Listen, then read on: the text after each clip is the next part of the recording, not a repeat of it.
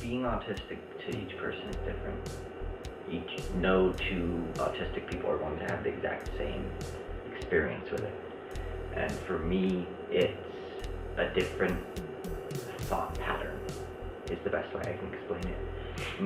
The way I come to conclusions and the paths and the thought paths I take to get there are different than neurotypical people. And on the board that embodies itself in that people might be thinking about a decision and not realizing that the decision may impact people with autism in a way that they weren't expecting. And I feel like I'm a catch for that. If there's something that the neurotypical people are doing that might not work for autistic people, I'm there to say, well, I don't think that would work. Or I'm there to say, well, that would be a great idea. I'm an inside man.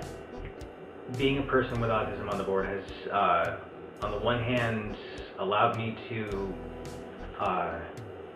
integrate myself better as a leader and to some extent a role model, I suppose. To be more responsible in that case, and on the other, it's also allowed also allowed my fellow board members to understand where I may come from personally, but also maybe to help infer from my experience what other people that they've worked with may, what they may be feeling along those lines with me. So we provide a diversity of thought. I think balance is important. Yeah. If it's all neurotypicals on a board, you might not be seeing the issues that an autistic person might see. Safe space in the most literal way possible. It's a place where anybody with any personality or anybody in general can go and be themselves. I'm usually very uptight, but when I'm at camp, I can just... It's almost a feeling of being at grandma's house for Christmas again, and just kind of a warm, fuzzy feeling inside. I don't know, you have to be there to experience it. Yeah. It's more of something you have to go to and see to understand.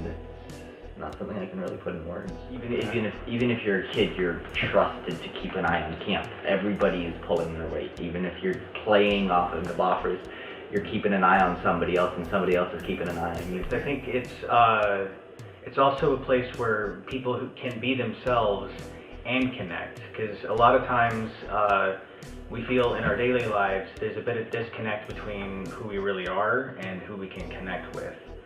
So, but when we're being open about it in a safe space, then we can just connect with no barriers. And the KindTree community kind of raised me. I've been there since I was a kid. I don't have memories of times when KindTree wasn't an impact on my life. It's definitely helped me accept who I am. I used to be a lot more hesitant to come out of my shell, and now I'm a lot more outspoken and I can communicate more than when I was a kid. I used to be really shy.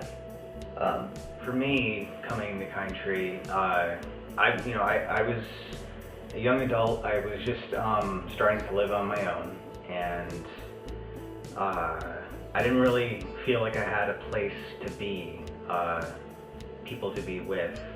And coming into KindTree felt like I found my tribe in a sense. It felt like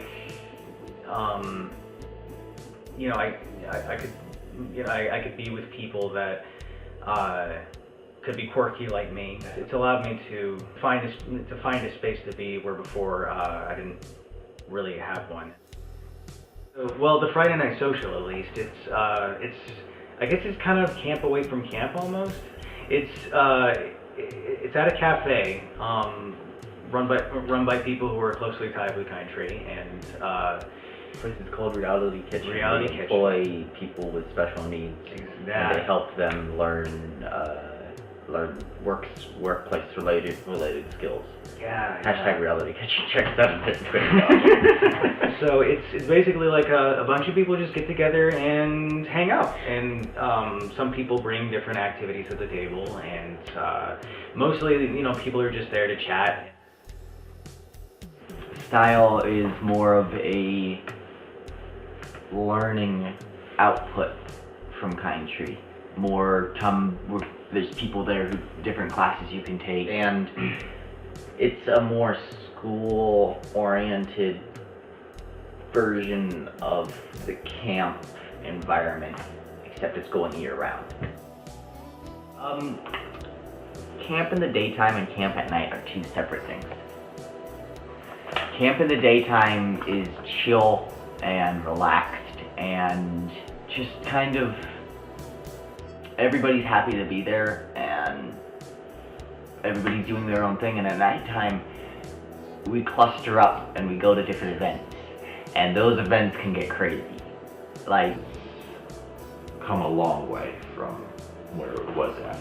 It used to be down at the chapel, and there used to be 3 or 4 performances, and they were decent, they were nice, they were cool, but now it's got its own area, and it's 20 or 30 different performances, different people from camp coming up and doing things.